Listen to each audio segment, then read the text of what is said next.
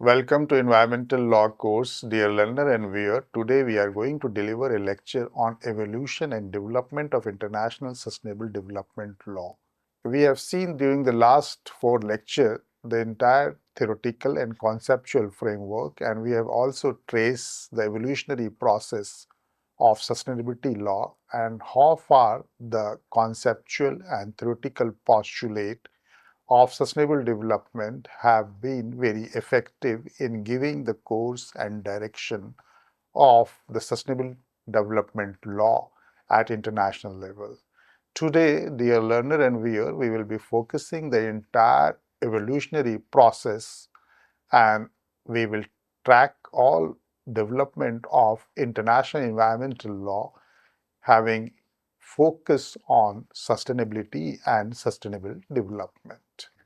Dear learner and viewer, in the first stage, we will try to see that how the international environmental law gradually and very perpetually have encapsulated the very notion of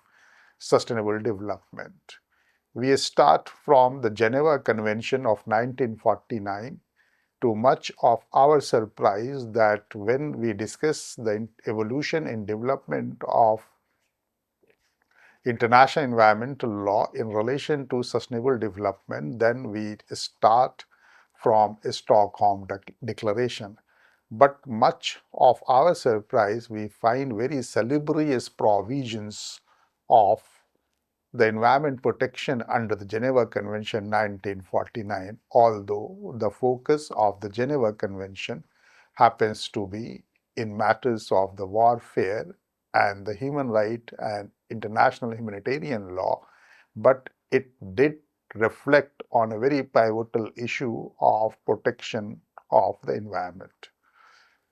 Therefore, what has been permeated in the Stockholm World Conservation Strategy and the Bartlett Commission report, we see there is a continuum.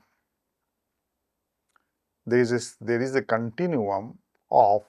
the evolutionary process. We see there is a continuum of the evolutionary process of sustainable development law, and which primarily is starting prior to the Stockholm Declaration, World Conservation Strategy, and the Bartlett Commission report of 1987. What we see in this lecture in the entire evolution and development of sustainable development law is the fact that we will see that how the course and direction of the sustainability law have been triggered by the Geneva Convention, and especially two articles which deals with the long-term environmental damages as the foundational stone of the sustainability law. We will also in this lecture will dwell upon the Outer Space Treaty of 1967 and the Moon Agreement 1979, which have integrated the protection of environment with human progress embedded into the principles of sustainability and as a matter of international legal law. Then we will be switching over to the Stockholm Declaration 1972, which has introduced the human dimension of the environmental law, recognizing man's right to a dignified life in a healthy environment. It consists of 26 principles integrated into economic, social, and ecological concern, emphasizing the duty to preserve the resources for future generation, and it also calls upon the state and enjoins all the government to have cooperation in matters of environmental governance. We will see that how the World Conservation Strategy and the World Charter of Nature in the decades of 80s have further articulated the sustainability through three major objectives of maintaining ecological process, preserving genetic diversity, and sustainable use of the resources. Then, as a natural sequel to the World Conservation Strategy of 1980 and the World Charter of Nature 1982, how our common future World Commission on Environment and Development, the Bartlett Commission report 1987, have handed down a very practicable and pragmatic definition of Sustainable Development, saying that without meeting the present generation's need, without compromising the needs and aspirations of the future generation.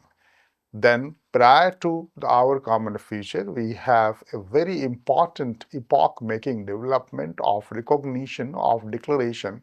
on Right to Development 1986, which has been adopted by United Nations General Assembly, and it declared the basic linkages between the human right and development as a matter of inalienable right and the natural right.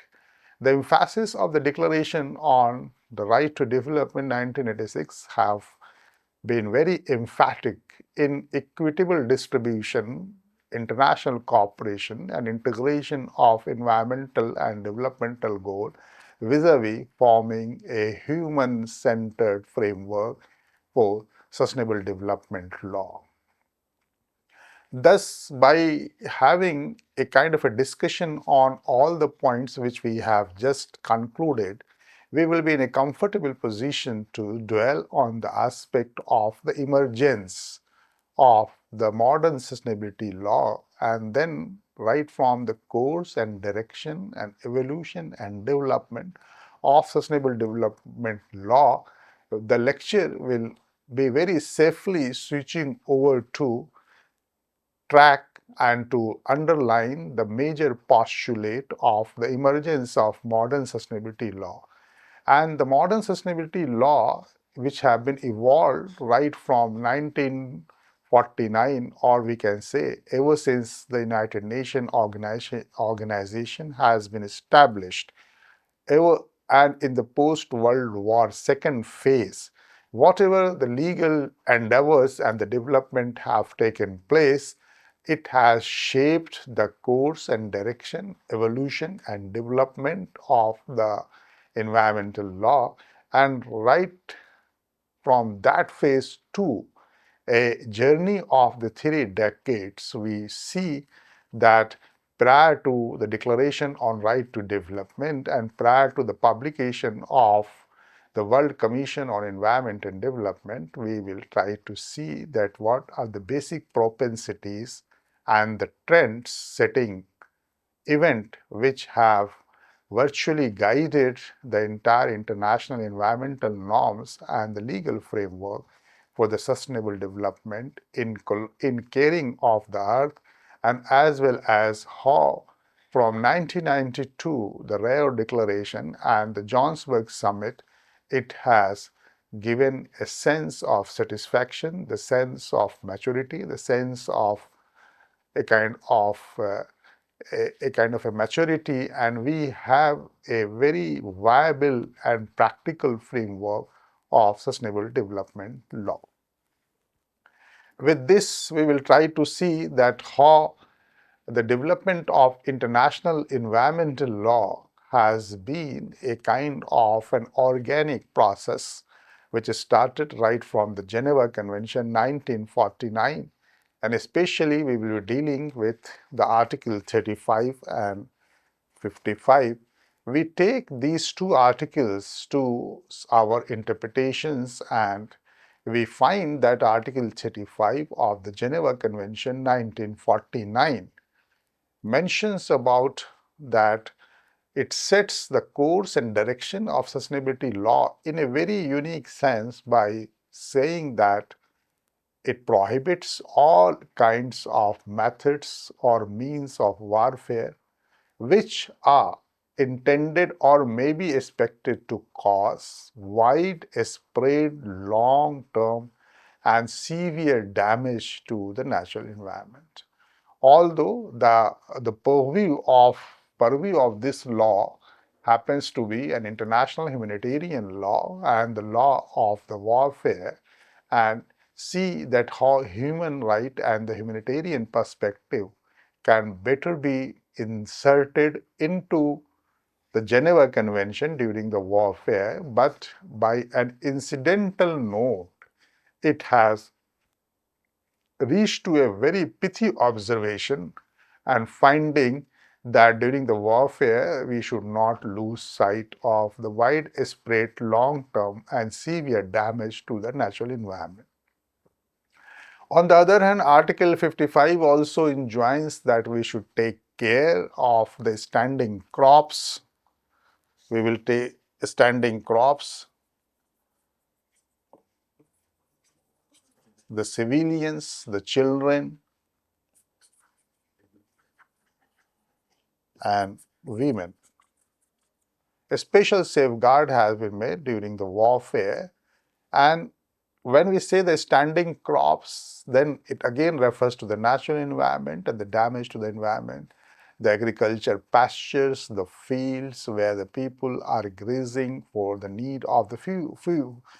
food security. So those kind of the concerns are also echoed under Article 55, that it enjoins that the warfare should protect essentially all natural environment and try to see that the land degradation and land spoliation and the land pollution should not take place to a massive and disastrous scale that it can create a kind of a catastrophe for the people to have their access to food and access to agriculture, the farmers' right, the breeders' right, they are not to be affected. Therefore, what we see that in the course and direction of sustainability law, the Geneva Convention is a very important milestone which have touched on a very important issue and made it imperative under international humanitarian law to see and to safeguard all possible caution and care to protect the natural environment, including the land, including agriculture, including standing timbers, including children and women and the civilian. The course of direction of sustainability law in the context of the Geneva Convention, we find thereafter the Outer Space Treaty and the Moon Agreement. Taken together, in nutshell, we can say the Outer Space Treaty as well as the Moon Agreement have set the intergenerational principles to a very pragmatic definition by saying that the foundation of sustainability law should emphasize on the long term. Here, the long term may kindly be taken that again the same kind of the echo which has been said about the present and future. So this longevity of the sustainability law or the foundation of the sustainability law in the very purview and the precept of the long-term protection here refers to the present and future generations. So all the UN effort which have been very slow in directing and looking at and monitoring at the long-term protection of the environment from the point of view of the sustainability should be revisited and to be reviewed, and then environment protection should be taken as a very vital subject for the human welfare. And then it is this realization of the Outer Space Treaty 1967 as well as the Moon Agreement of 1979, we find that right from the Geneva Convention to 1949, Geneva Convention to 1967 or 1979, we find that there has been over 350 multilateral treaties developed globally. Here, it should be clarified to your basic understanding that the over 350 multilateral treaties developed globally to look at the very course and direction of sustainability law is not direct, it might be indirect, it might be piecemeal, it might be sporadic, it might be having peripheral content. So all the time the core as well as the peripheral aspect of the environment has been addressed over the 350 multilateral treaties which have been developed globally right from the establishment of United Nations, Geneva Convention, Outer Space Treaty, and the Moon Agreement. meaning thereby in 30 years. This notwithstanding that what has been decided in the Stockholm Declaration and what 22 principles and 26 principles have been categorically set out for the sustainability law. We will be discussing that aspect in a detailed manner in slides to follow. And here we have an occasion to see that in between the Geneva Convention 1949 and the Moon Agreement 1967 and 1979, Outer Space Treaty 1967 and Moon Agreement, or we can say the after Geneva Convention 1949 and Outer Space Treaty 1967, we have a, uh, Stockholm Declaration, which have created the man's right to the healthy environment by containing and handing down 26 principles. And this 26 principle has been a gigantic exercise because the World Commission on Environment and Development have created an expert group on environmental law, and they have taken note of the conceptual and the theoretical postulate of the sustainable development, and thereby they have very successfully and meticulously translated the lofty ideals of the sustainable development into the legal vocabulary and language. And one such vocabulary is writ at large is man's right to a healthy and sustainable environment as a basic entitlement, though Stockholm Declaration 1972 has been very categoric in mentioning about the economic and the ecological dichotomies, and it tries to have a very integrated concept. So it underlines the dichotomies, and as well as it tries to create a kind of a synergy between the economy and as well as the ecology. At the same time, we see that when Stockholm Declaration 1972 started campaigning about or circulating the idea of sustainable development, then we witness a kind of environmental politics, and the environmental politics is that has already been cautioned and mentioned in the Sustainable Development Report, in the sense that we should move from one earth to one planet. So this is something, a very important observation and findings in the report, that maybe the world is one earth, but we should look from planetary aspect, and it is the planetary perception of the economic and the ecological concern that actually becomes the lodestar for the sustainable development, and it requires the north-south cooperation, because if the north-south is going on a juxtaposed direction, on an opposite, diametrically opposite direction in their vision, in their action plan, in having sustainable development, then it is not possible. Therefore, there must be a kind of a cooperation and collaboration of the North-South, standing above all kind of the mundane political approaches and thoughts. At least in matters of sustainable development, we should move from Earth to one planet. If something is being done wrong to the planet, then it is the whole world which will suffer. So that kind of a very broad, holistic, or a magnanimous perspective must be drawn in matters of this environment and sustainable development, and it can only be possible if we have the intergenerational responsibility, and we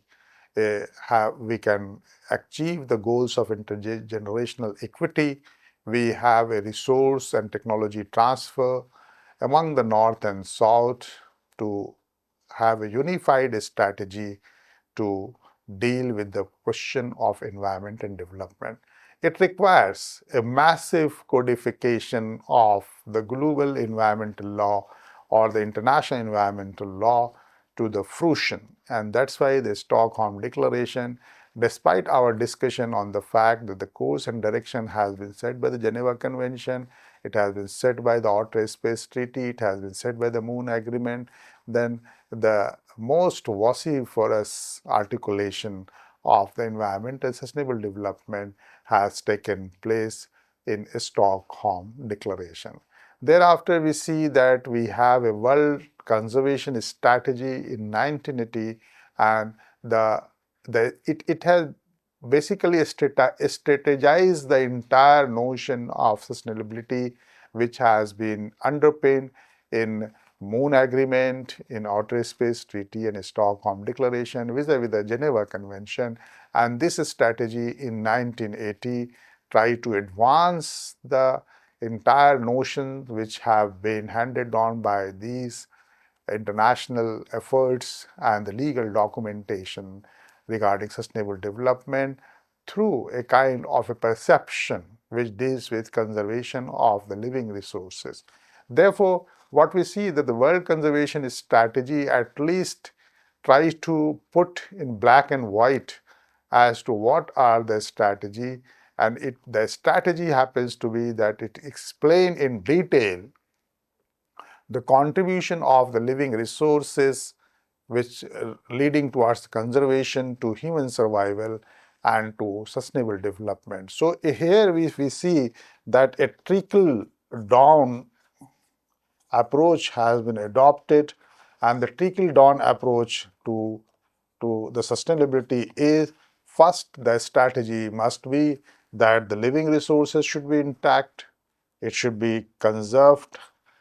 in its pristine glory, and it should be directed to human survival. So the one point is this, the second point is this, the third point is this. Combining these 3 points of the living resources and conservation to living resources uh, and conservation of the environmental resources and directed toward the human survival, then we will try to see that sustainable development can only be made possible by adopting such a strategy. That way we see that the strategy is very rightly reckoned in the entire sphere of the sustainable development law. The World Conservation Strategy also try to prioritize that what are the first thing first, and then it also try to identify that what are the major areas and the gray areas, and the major areas and the gray areas both are identified by the World Conservation Strategy, and then it's try to see that what are the major challenges and the conservation issues and what are the basic requirements and how we can deal with them. So not only on a theoretical frame, but on a practical side, because every strategy happens to be a practical one, less of a theoretical exercise than more of a practical exercise. That way, the World Conservation Strategy have taken a view of proposing effective ways for achieving a strategy, and is try to, by stimulation of a very focused approach towards living resources. And ultimately, the World Conservation Strategy 1980 tries to improve conservation efficiency. It not only tries to what we see that the protect, but what it tries to see that how we can improve. This is very important, that protect, not mere protection, but we should go and we should treat beyond protection and move towards the improvement of conservation efficiencies and conservation strategy, and then we can only integrate conservation with development, and then we can reach to the goal of sustainable development. The World Conservation Strategy in that respect is supposed to be a very novel document which tries to see that the sustainability law should go hand in hand at the global level. Dear learner and viewer, In this lecture, dealing with evolution and development of international sustainable development law, what we have learned that we have tracked the development of international environmental law right from Geneva Convention 1949 to the World Conservation Strategy, and we have seen that how these laws, by the instrumentality of the Outer Space Treaty and the Moon Agreement, the Stockholm Declaration, Brundtland Commission report, it has given a kind of an atmosphere of international environmental norms, and it has led to a massive codification of the 350 multilateral treaties which has been developed globally. And then we see that World Conservation Strategy is a kind of a strategy which really protects the environment, and in a very holistic perspective, it leads to the very notion of the conservation of the resources and development of sustainable development law at the international level, regional level, and the national level. As a natural sequel to the World Conservation Strategy, dear learner and viewer, it is very appropriate to discuss about the World Charter for Nature 1982, which has also provided impetus to the entire course and direction of sustainability law at international level. Therefore, it is very important that while tracing the evolution and development of international sustainable development law, we have to devote some key aspect of the